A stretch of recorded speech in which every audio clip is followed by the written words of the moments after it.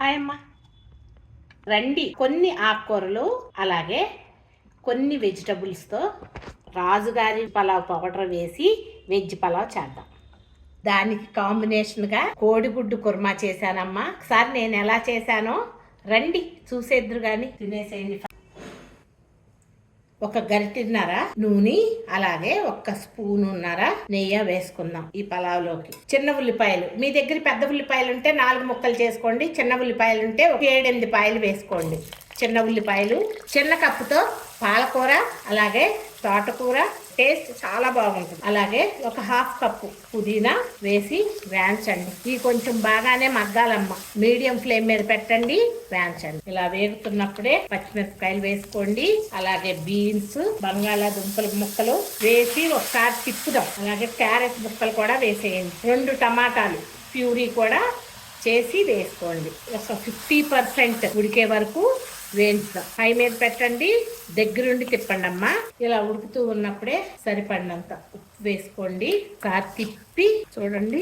ఇలా వేగిన తర్వాత మీరు వాడుకునే బియ్యమైనా కూడా లేకపోతే పలావ్ బియ్యమైనా ఏ ఉన్నా కూడా వేసుకోవచ్చు. నేను రోజువారీ వాడుకునే బియ్యంతో సింపుల్గా ఇంట్లో ఎలా చేసుకోవచ్చు అనే దానికోసం చేస్తున్నానమ్మా. నేను బియ్యం వేసేసి ఇప్పుడు కొంచెం పసుపు, కరివేపాకు కూడా వేసేయండి. ఇప్పుడు ఒక్కసారి తిప్పి మీరు ఏ మెజర్మెంట్ అయితే తీసుకుంటారో దాంట్లో సగం కొబ్బరి పాలు, సగం నీళ్లు పోద్దాం. కొబ్బరి పాలు పోసాను, ఒకసారి ఇలా తిప్పుదాం. నీళ్లు పోస్తున్నా. సరే, కొబ్బరి పాలు లేవు, నీళ్ళతో అయినా కూడా చేసుకోవచ్చు. కొబ్బరి పాలతో చేస్తే ఇంకొంచెం టేస్ట్ బాగుంటుందనే ఉద్దేశంతో కొబ్బరి పాలతో చేశానమ్మా.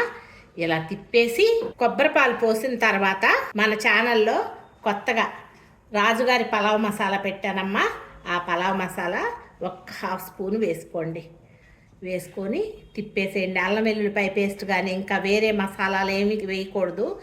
కమ్మగా ఉంటుంది. ఇలా ఒకసారి ట్రై చేయండి. ఇప్పుడు ఒకసారి ఇలా తిప్పి ఉప్పు చూసుకొని ఇలా క్లోజ్ చేసి హై ఫ్లేమ్ మీద ఒక్క విజిల్ రానిద్దాం. ఎగ్గు కుర్మా కోసం కోడిగుడ్లు వేయించడానికి కొంచెం పసుపు వేసి కొంచెం వేగనిద్దాము. కొంచెం వేగినాయి కదా, బౌల్లోకి తీసేద్దాము. కూరకి మసాలాను తయారు చేద్దాము. కొంచెం కొబ్బరి ముక్కలు ఉంటే కొబ్బరి ముక్కలైనా లేకపోతే కొబ్బరి కూర అయినా కూడా వేసుకోండి. నేను కొబ్బరి కూర వేసాను.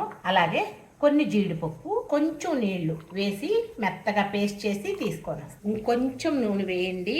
చిన్న దాల్చిన చెక్క ముక్కలు 2, లవంగాలు, యాలకులు వేసి వేయించుదాం. 2 ఉల్లిపాయలు అలాగే 4 పచ్చిమిరపకాయలు మిక్సీ వేసి తీసుకొని వచ్చాను. ఉల్లిపాయల పేస్ట్ ని వేసేయండి. తిప్పేద్దాము. నూనె సపరేట్ అయ్యే వరకు వేయించుదాం.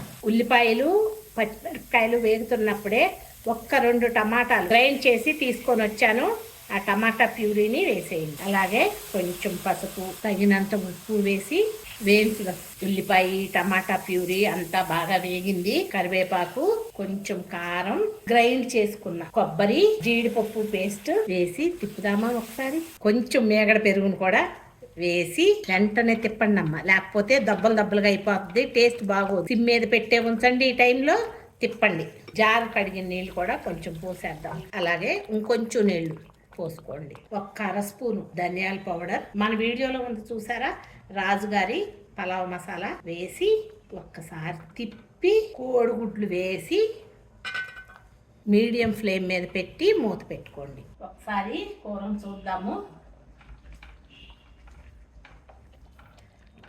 కొంచెం ఆకుకూరలు, కొన్ని వెజిటబుల్స్ వేసి హెల్తీగా చేశాం కదా, ఆ పలావ్ కూడా చూసేద్దాం.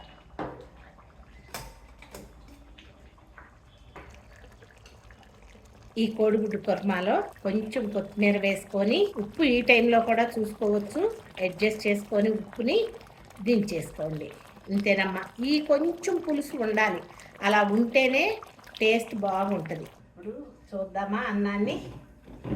వెజిటబుల్స్ అలాగే ఉల్లిపాయలు కూడా నమ్మ మీకు దొరికితే ఇలా చిన్న ఉల్లిపాయలు వేసుకొని చూడండి.